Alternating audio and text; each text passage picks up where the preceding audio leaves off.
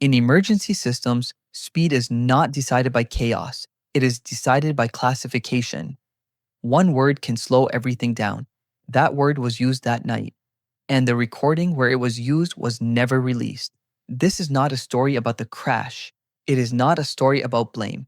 It is a story about how emergencies are understood before urgency begins. Because before sirens, before movement, before decisions harden into timelines, someone speaks into a system, and the system listens. In the early hours of August 31st, 1997, Princess Diana was alive when the first emergency response was initiated. At that moment, the outcome was not fixed. What mattered was not speed, but how the situation was described, conscious or unconscious, stable or critical. Those words do not just describe reality, they create it. The word itself was ordinary. It was not urgent. It was not dramatic. It did not signal danger. It signaled time. And once time is assumed to exist, everything that follows slows down. Emergency systems are not built to interpret emotion, they are built to interpret information. Information arrives fragmented, incomplete, often uncertain. To function under pressure, the system must simplify. So it asks questions that collapse complexity into usable categories. Is the patient conscious? That single question determines priority, not morality, not importance, priority.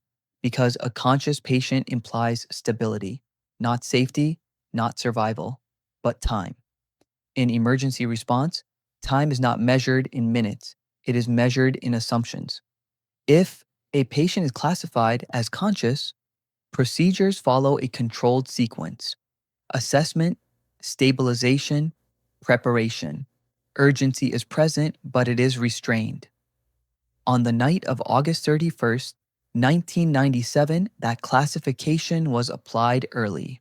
Multiple responders would later confirm that Princess Diana was responsive when first reached, breathing, reacting, alive. At that moment, the night was not over. What matters is not whether that assessment was right.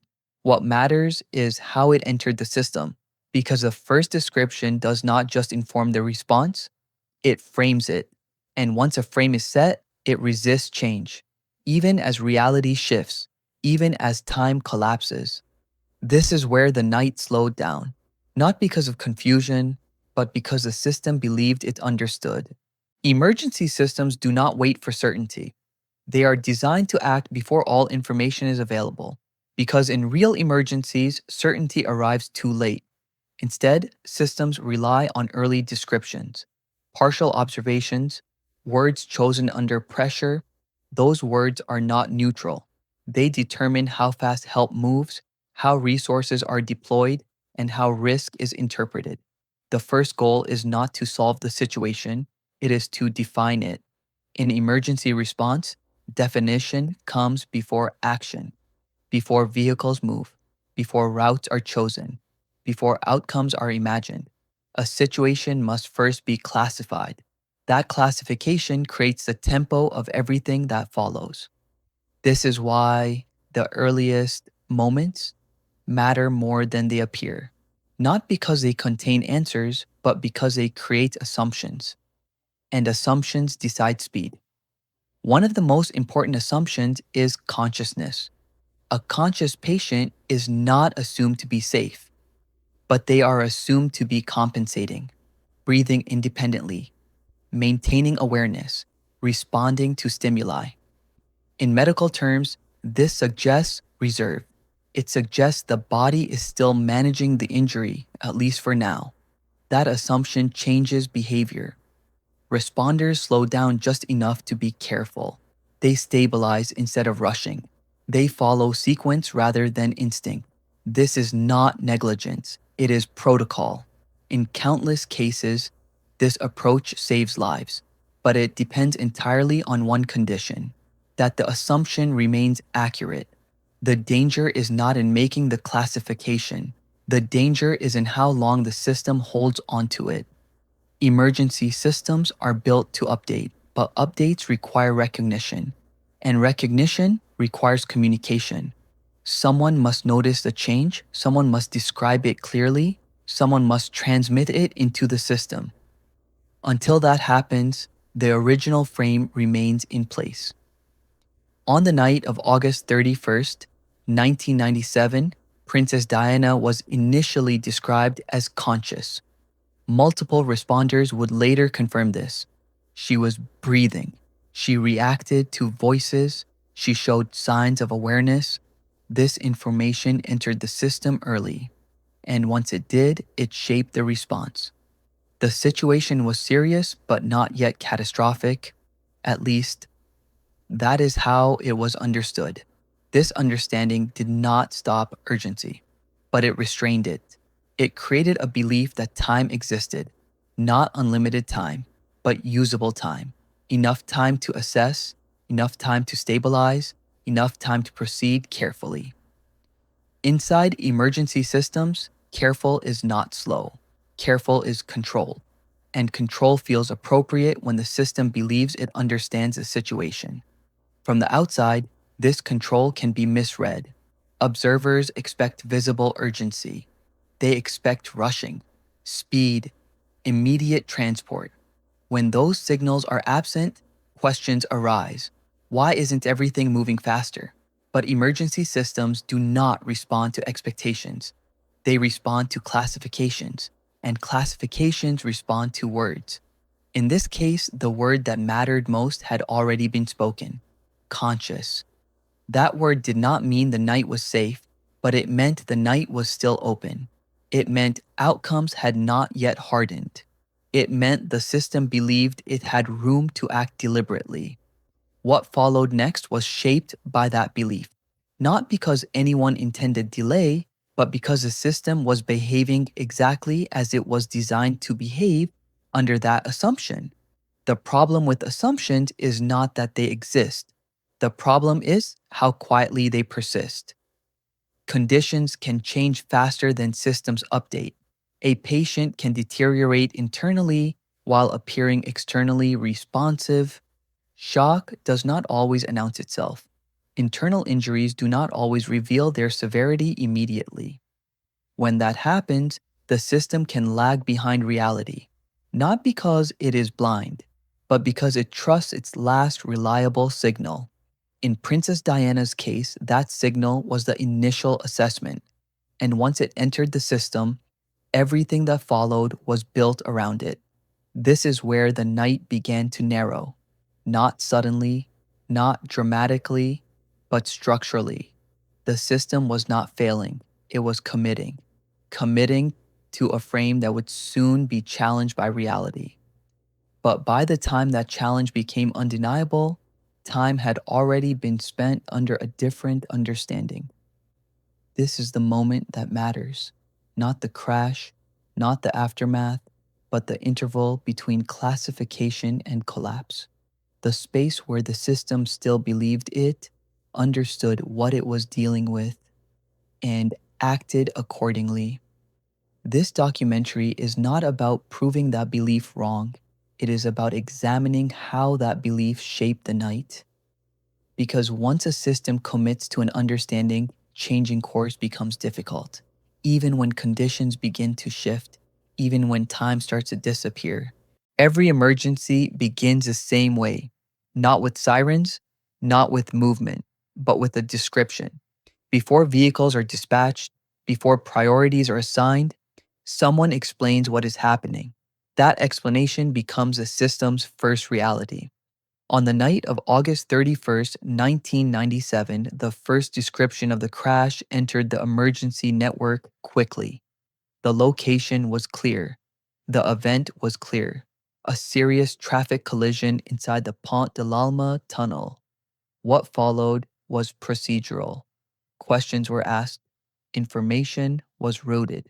Channels were opened. And among those questions, one mattered more than the others. Is the patient conscious? This is not a dramatic question. It is not asked to assess guilt or severity. It is asked to establish tempo. Because emergency systems do not rush blindly, they accelerate in response to specific signals. Consciousness is one of those signals. According to later confirmations, Princess Diana was responsive when first reached. This information did not appear once. It appeared consistently in witness statements, in responder recollections, in medical summaries written later. The system received the same signal from multiple directions: conscious, breathing, reactive. That signal entered the response framework early, and once it did, it framed the night. What we do not have is the original recording of how that signal was first communicated. There is no publicly released audio of the initial radio exchange, no transcript, no preserved record of tone, hesitation, or emphasis, only references to what was said, and those references appear after the fact. This absence is unusual. Emergency communications are typically logged automatically, especially in urban systems designed to preserve early exchanges precisely because they are chaotic. The first call is not preserved because it is perfect. It is preserved because it is imperfect. It captures uncertainty. It captures confusion. It captures the moment before the system settles into confidence. In this case, that moment is silent. We know what the system believed, but we cannot hear how it came to believe it. That difference matters because tone changes meaning. A calm statement of consciousness does not carry the same urgency as a strained one. A confident description does not move resources the same way a hesitant one does. Without the recording, we cannot analyze that difference. We are left with conclusions without access to their formation. The system moved forward as if it understood the situation, not because it was careless, but because it had been told that the patient was responsive. And responsive implies time. This belief shaped early decisions: stabilization before transport, control before speed. These are not mistakes. They are the default behavior of systems responding to a conscious trauma patient. From inside the system, this behavior feels correct. From outside the system, it can appear slow. This gap between perception and procedure is where controversy grows. People ask why the ambulance did not move immediately, why urgency seemed delayed, why the response did not match the outcome. But those questions assume that the outcome was visible at the beginning. It was not. What was visible was a patient who was alive, and that visibility matters. The first call did not predict the future. It framed the present, and the present at that moment suggested a situation that could be managed. This is the quiet power of early communication. It does not decide outcomes on its own, but it narrows the range of responses. Once the system commits to a frame, it requires strong evidence to abandon it. That evidence would come later, but not yet. For now, the system continued under an assumption that still appeared reasonable. The problem is not that the assumption existed. The problem is that we cannot hear how it was introduced. We cannot examine the moment when uncertainty became classification. That missing moment is where interpretation begins, and where certainty becomes fragile. Because when records disappear, process becomes invisible. An invisible process invites judgment without context. This documentary does not claim that the first call was wrong. It examines what happens when the most influential communication of the night cannot be reviewed. When we know what the system believed, but not how it came to believe it. This silence does not prove error, but it prevents understanding. And without understanding, the night is remembered as something it may not have been: decisive, clear, inevitable.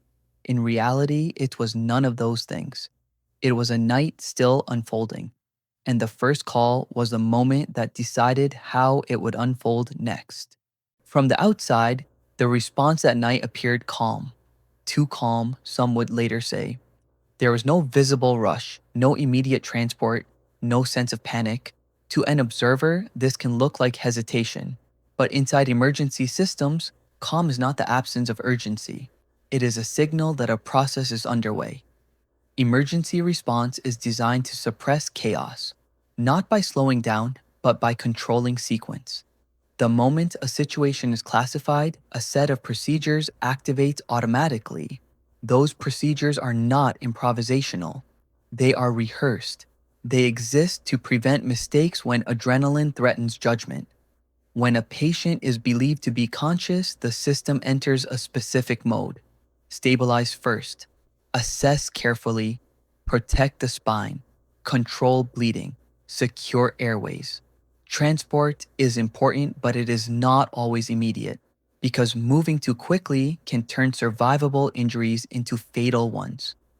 This is the logic behind procedural calm. It is not emotional calm. It is mechanical calm. Responders are trained to appear controlled even when the situation is severe. They lower their voices, they limit unnecessary movement, they communicate in short, efficient phrases. This does not mean they believe everything is fine. It means they believe the situation is manageable. On the night of August 31st, 1997, that belief shaped the scene. The responders did not encounter a lifeless body. They encountered a patient who was injured but responsive. This triggered a response that prioritized precision over speed. From within the system, this was appropriate. From outside the system, it was confusing. People expect emergencies to look dramatic.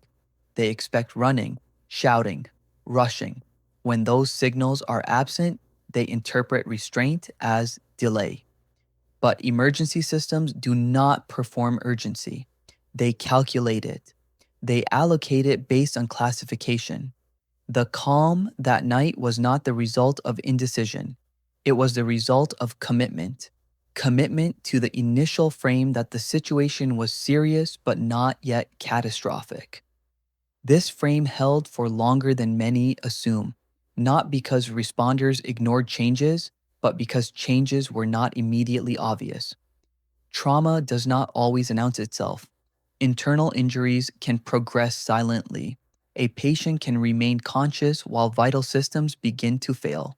This creates a dangerous overlap, an interval where the system's understanding lags behind the body's reality.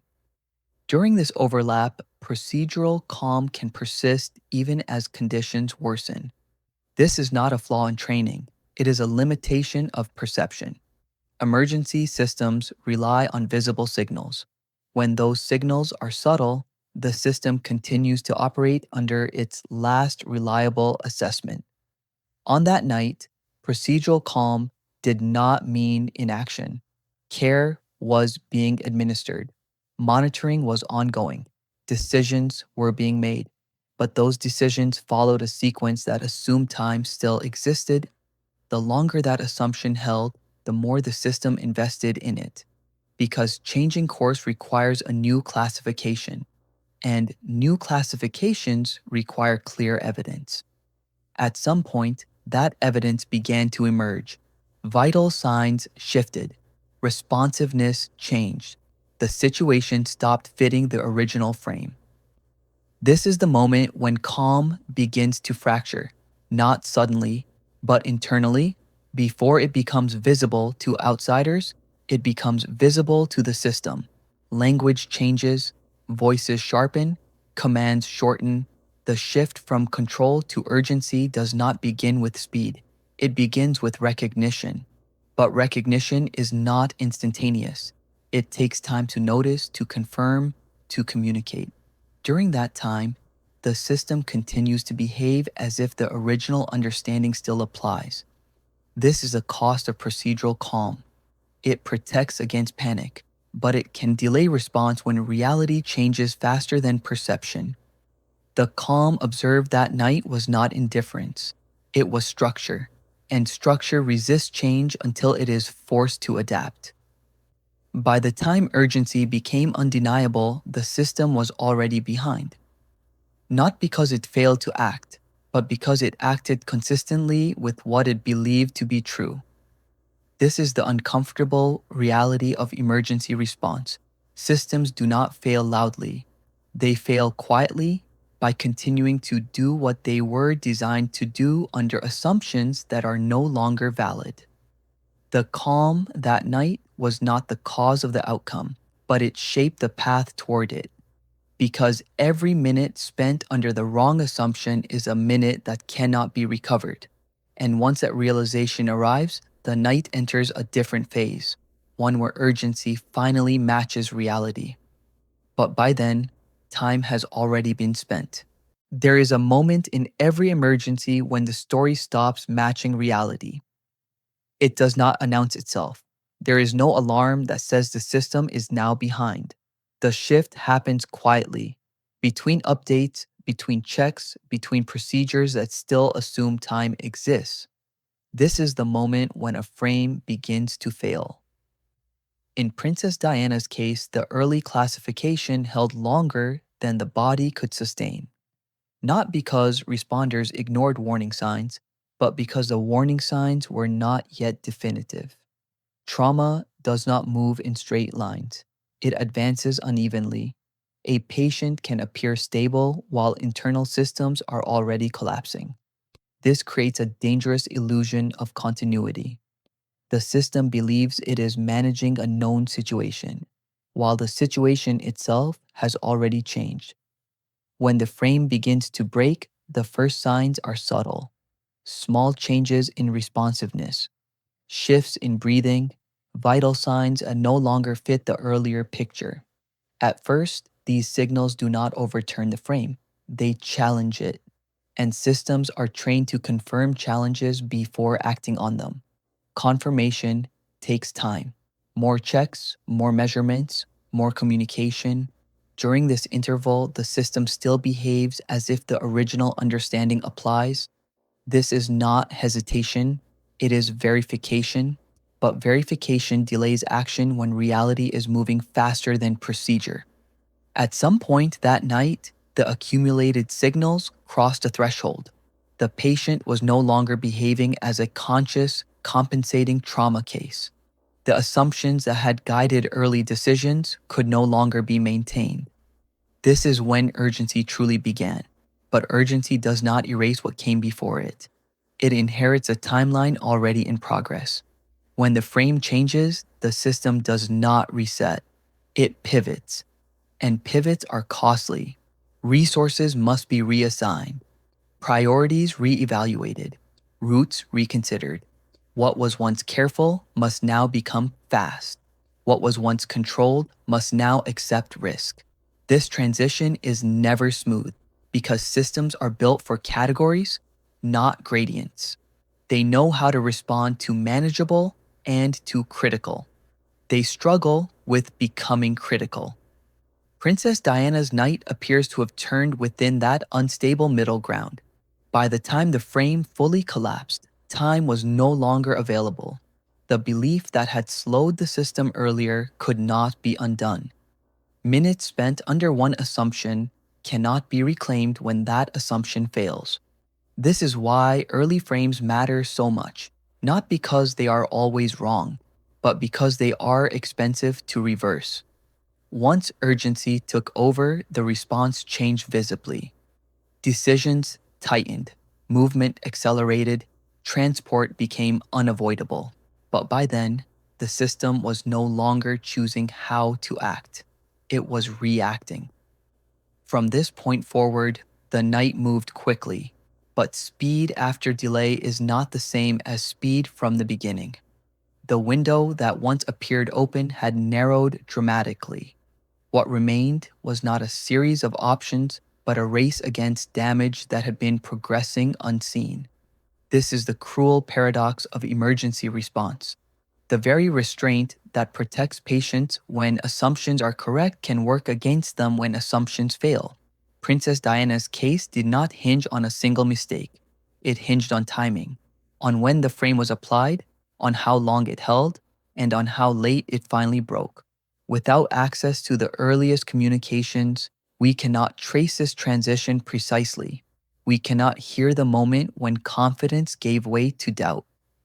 We only see the before and the after, the calm and the urgency. Between them lies a stretch of time that has never been fully reconstructed. That missing middle is where interpretation begins. Some see failure, others see inevitability. What is certain is that once a frame changed, there was no path back. The night had crossed a line that procedures are designed to avoid. From that point on, every action was taken under the pressure of scarcity. Scarcity of time, scarcity of options, and scarcity, once it enters a system, reshapes everything. This is where the night stopped being manageable and became irreversible. By the time urgency took over, the system had already begun to speak. Updates were transmitted, statuses were revised, movements were logged. From this point forward, records exist. We have timestamps, we have summaries, we have conclusions. What we do not have is the record that mattered most. The earliest communication of the night, the moment when uncertainty was translated into classification, the call that framed everything that followed. In modern emergency systems, early communications are rarely lost. They are preserved precisely because they are imperfect, because they capture confusion, because they show hesitation, because they reveal how decisions begin. These recordings are not kept to assign blame, they are kept to preserve process. In this case, that process is silent. There is no publicly released audio of the first radio exchange. No transcript, no technical explanation for why it does not exist. Only references to its content made later after outcomes were known. This absence is not dramatic, it is procedural, and that is what makes it consequential. Without the first record, we cannot hear tone. We cannot hear urgency or the lack of it. We cannot hear whether the word conscious was spoken with confidence, with caution, or with uncertainty. We only know that it was spoken and that it was believed. The system accepted that description and acted accordingly. That acceptance did not come from nowhere, it came from communication. But the communication itself has vanished from the archive. This creates a gap that no summary can fill. Summaries flatten moments. They remove pauses, they remove doubt, they remove the human texture of decision making under pressure. Audio preserves those details. And without it, process becomes abstract. We are left judging outcomes without access to beginnings. This is where speculation grows, not because people are suspicious by nature, but because silence invites interpretation.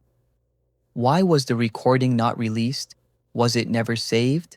Was it overwritten? Was it deemed irrelevant?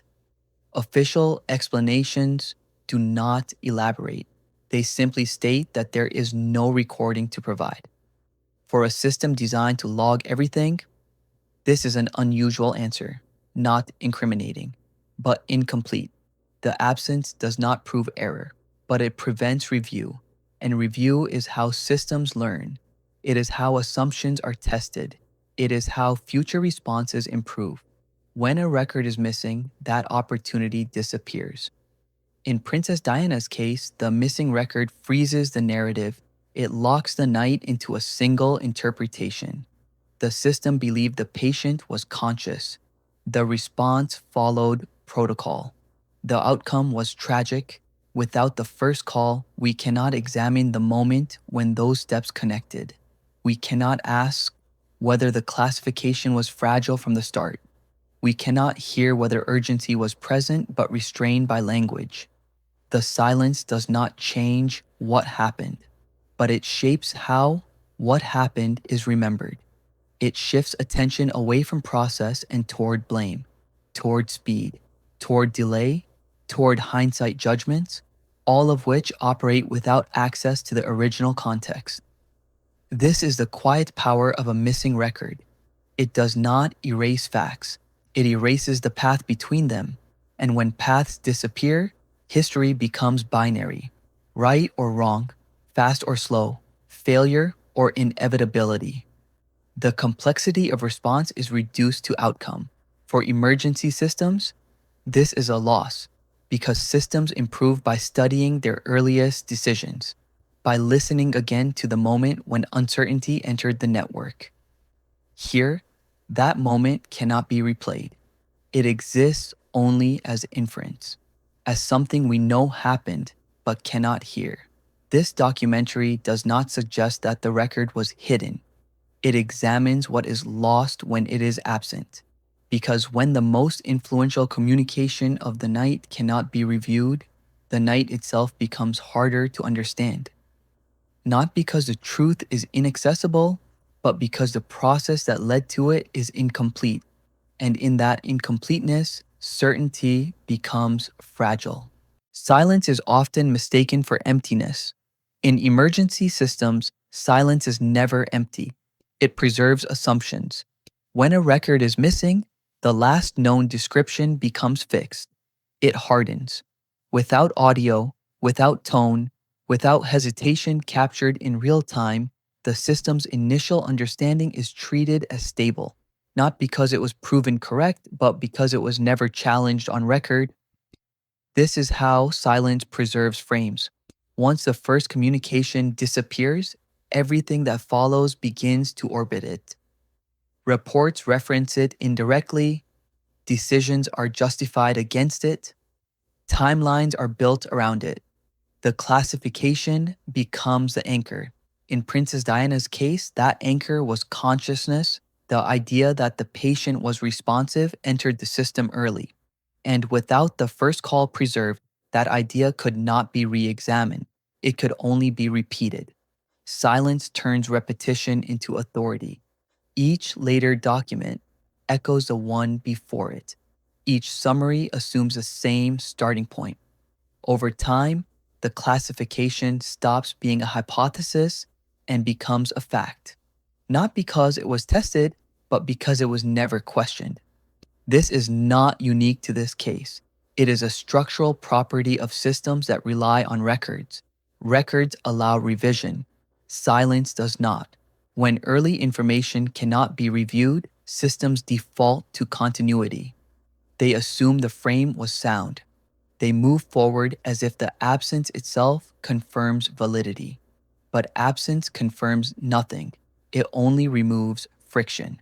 The friction that comes from hearing uncertainty, from hearing a voice pause, from hearing a dispatcher ask for clarification, from hearing a responder hesitate before choosing a word. Those moments slow down certainty. They invite caution. They remind systems that early classifications are fragile. Without them, certainty arrives too easily. In this case, silence preserved a version of events that felt coherent. The patient was conscious. The response followed protocol. The outcome was tragic. Coherence feels comforting. It suggests order. But coherence is not accuracy. It is simply alignment. Alignment between documents, between explanations, between justifications written after the fact. Silence allows that alignment to go unchallenged. This is where interpretation becomes difficult, not because facts are missing, but because texture is missing. The texture of decision making, the texture of uncertainty, the texture of a night that was still unfolding. Without the first record, we cannot hear how close the system was to reclassifying the situation earlier. We cannot hear whether concern was rising. We cannot hear whether urgency was restrained or simply absent. We only know the outcome, and outcomes distort memory. They pull earlier events toward themselves, making them appear more decisive than they were. Silence accelerates this distortion. It compresses the night into a clean sequence: classification, procedure, failure. What disappears is the gray zone, the period where multiple interpretations may have existed simultaneously. The space where responders were still trying to understand what they were dealing with. That space matters because it is where learning happens. Emergency systems improve by revisiting their earliest assumptions, by asking whether the first frame was robust or fragile. Here, that examination is impossible. The silence preserves the frame, not because it was correct, but because it was uncontested. This does not imply intent, it implies structure. Systems are built to trust their records. When records are missing, they trust the last thing they have. In Princess Diana's case, that trust became permanent. The system moved on. Investigations concluded. The night settled into history. But the silence remained, not as a secret, as a gap that prevents understanding of how decisions were shaped in real time. This documentary does not seek to fill that gap with speculation. It examines what the gap itself does, how it stabilizes narratives, how it reduces complexity, how it protects early assumptions from later scrutiny. Silence does not hide truth. It limits access to process. And when process is inaccessible, judgment replaces understanding. This is what silence preserves, not mystery, but certainty without texture.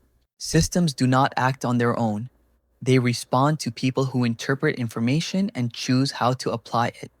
Even the most procedural response passes through human judgment. Rules exist, but they are activated by decisions. On the night of August 31st, 1997, every step followed a structure. But within that structure, people made choices. Not dramatic choices, not heroic or negligent ones, routine choices, the kind made every day inside emergency systems. These decisions were shaped by the information available at the time and by the frame that information created. When a patient is believed to be conscious, responders choose caution. They choose stabilization over speed. They choose protection over movement. These choices are not emotional. They are taught. They are reinforced through training and repetition. In emergency medicine, moving too fast can be as dangerous as moving too slowly.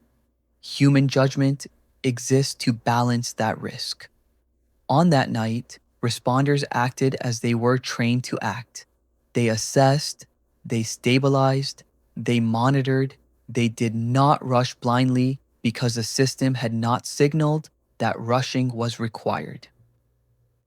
This is where hindsight becomes misleading. After an outcome is known, earlier decisions are reinterpreted. Actions that felt appropriate can appear insufficient. Restraint can look like delay. But those judgments assume access to information that did not yet exist. At the time decisions were made, the future was unknown.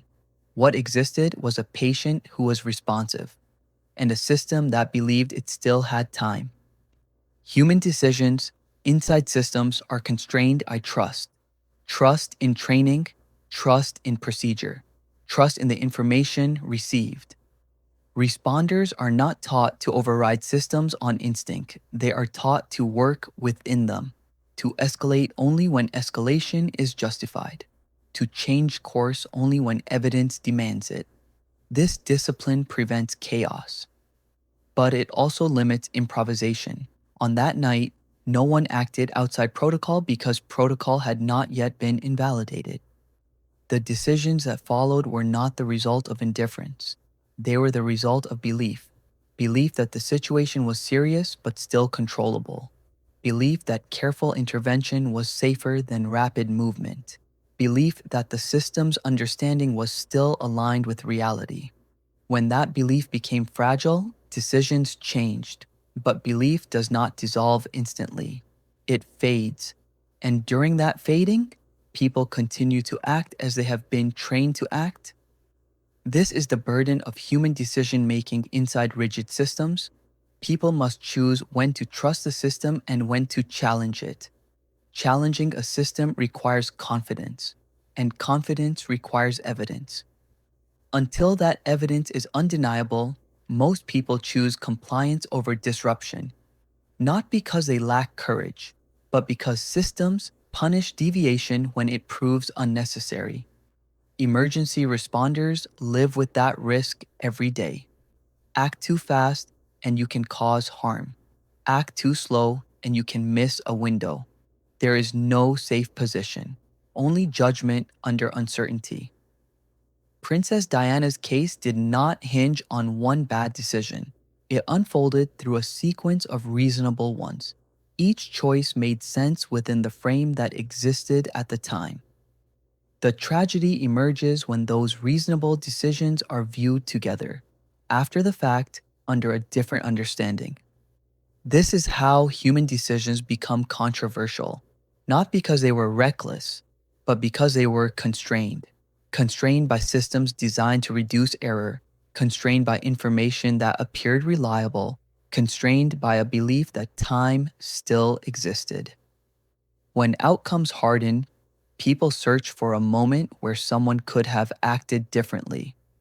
But inside systems, those moments are rarely visible.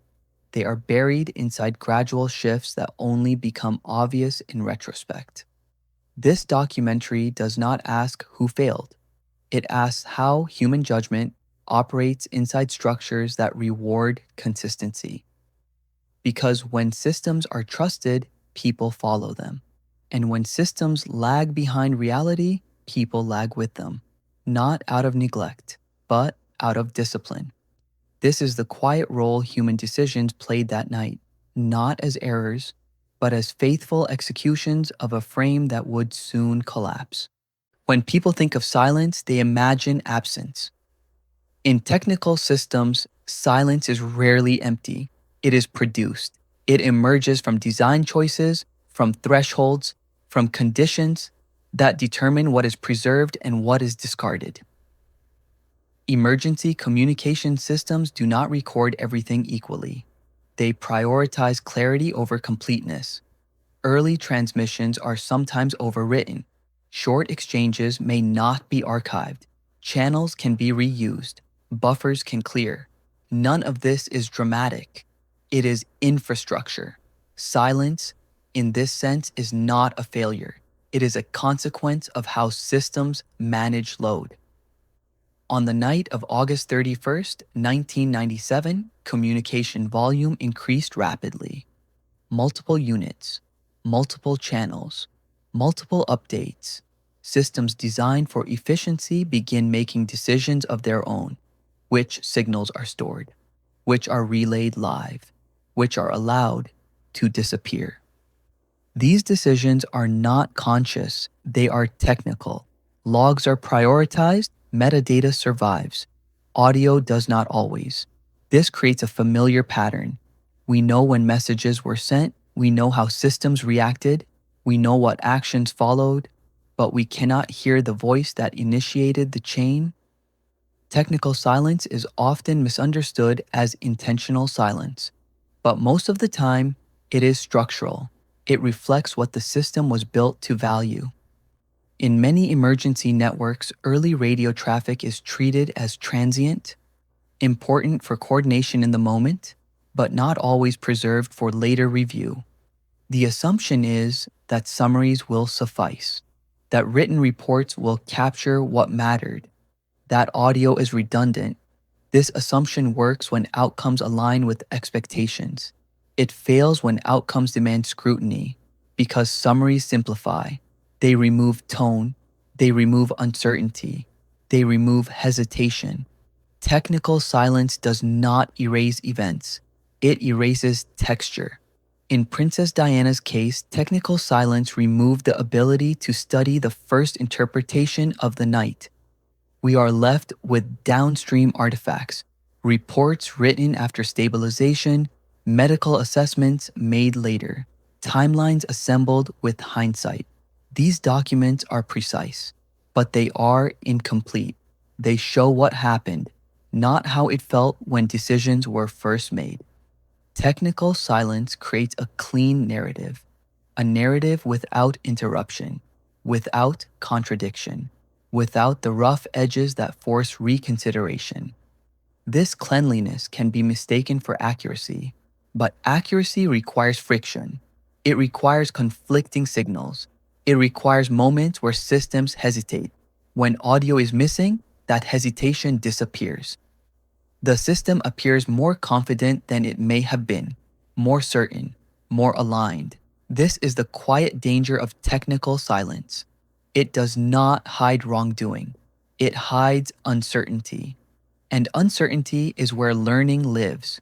Without it, systems cannot easily ask whether their design choices are still appropriate, whether their thresholds are correctly set, whether their assumptions about what needs to be recorded still hold. In this case, technical silence hardened a story. It allowed the system's behavior to be explained without challenge. The patient was conscious, procedures were followed, the outcome was tragic. That explanation is coherent. But coherence is not the same as completeness. Technical silence removes the ability to test coherence against reality. It prevents us from asking whether a different design might have captured more, whether preserving the first call could have clarified how urgency was perceived. This documentary does not argue that the system was designed to forget. It examines what happens when systems forget by design, because forgetting is not neutral. It shapes memory, it shapes accountability, it shapes how history is written. The silence left by missing audio did not change what happened that night, but it changed how the night could be examined afterward. It turned process into conclusion. It replaced uncertainty with alignment. And once alignment is achieved, questions become harder to ask. Technical silence does not end inquiry, but it narrows it. It pushes attention toward outcomes and away from mechanisms, toward what happened and away from how it was understood. In doing so, it protects systems from reflection, not intentionally, but effectively. This is what technical silence does. It does not erase the past, it edits it. When records are missing, explanations multiply, not because people seek drama, but because silence creates space. In the absence of primary audio, the mind looks for substitutes. Narratives form around what could explain the gap. Some explanations are technical, some are procedural, some are psychological. Each competes to fill the same void. One explanation focuses on infrastructure, that the system functioned as designed, that early transmissions were transient, that buffers cleared, that no failure occurred. From this view, the missing record is unremarkable, an expected outcome of a system optimized for real-time coordination, not archival completeness. Another explanation focuses on procedure, that summaries replaced recordings, that written reports were considered sufficient, that audio was never prioritized because the system trusted its documentation. From this perspective, nothing was lost. Only a different form of memory was chosen. A third explanation focuses on human perception. That urgency was underestimated. That early signals were interpreted conservatively. That the tone of the first call did not communicate escalation. Without the audio, this explanation remains speculative. It cannot be tested. It cannot be confirmed. It exists only as possibility. Some interpretations suggest coincidence, that multiple small limitations aligned, that no single point failed, but that together they produced silence. This explanation is uncomfortable because it offers no culprit, only structure. Others search for intent.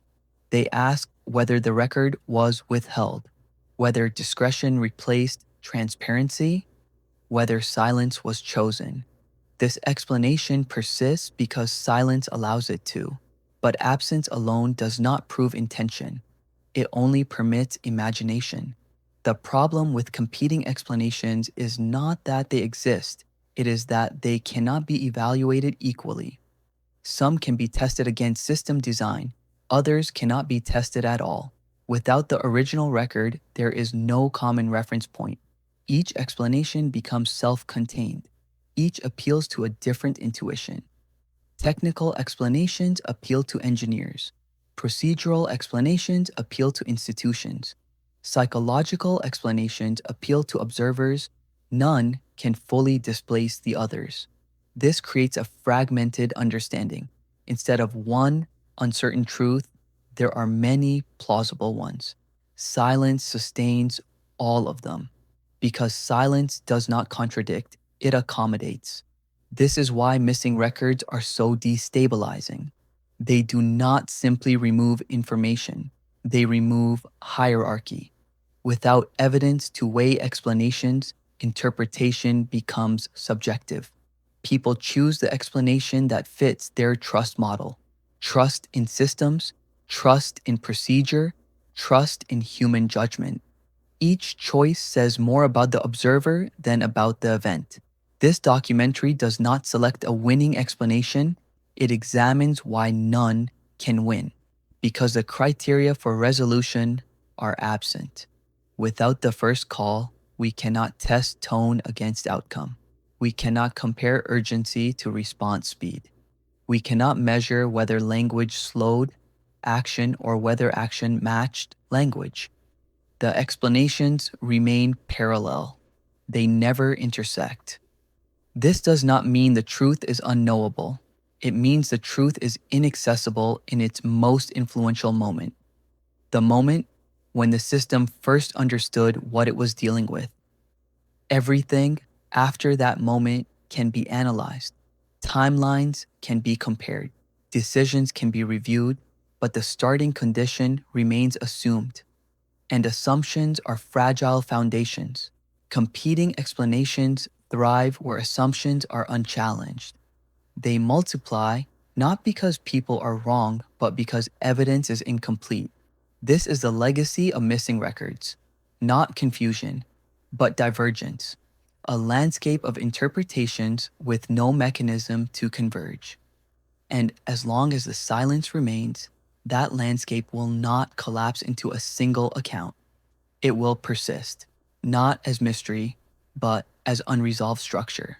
When an emergency ends, systems move on, reports are finalized, timelines are closed, procedures are reviewed and archived. From the outside, this looks like completion, but completion is not the same as understanding. In Princess Diana's case, the outcome is known. The response is documented. The sequence of events has been described and redescribed for decades. What remains unresolved is not what happened. It is how the night was first understood. The earliest classification of the emergency shaped everything that followed. It slowed the system, it guided decisions, it defined urgency. But the moment when that classification was made cannot be replayed. It cannot be heard. It exists only as inference. This absence does not conceal a secret, it conceals a process. And when process is missing, judgment fills the gap. People ask whether things could have been different, whether speed should have come sooner, whether assumption should have been challenged. These questions persist not because answers are hidden, but because the moment that shaped the answers was never preserved. Emergency systems depend on records to learn. They revisit early decisions to refine future responses. When those records are missing, learning becomes theoretical, abstract, detached from lived reality. In this case, the missing record prevents closure, not because it would change the outcome, but because it would explain the path. It would show how uncertainty entered the system, how language shaped perception, how belief translated into action. Without that, the night remains incomplete, not mysterious. Incomplete. The silence at the beginning of the response did not alter what happened, but it altered how what happened can be understood.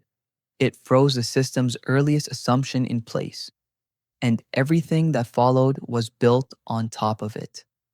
This documentary does not argue that the silence should be filled. It shows what the silence does, how it stabilizes narratives, how it simplifies memory, how it allows systems to appear coherent, even when reality was unstable. What remains is not a missing answer, it is a missing moment. The moment when the future was still undecided, when the system believed it had time, when the night had not yet narrowed to inevitability. That moment passed unheard. And because it passed unheard, it continues to shape how the night is remembered. Not through evidence, but through assumption. This is what remains.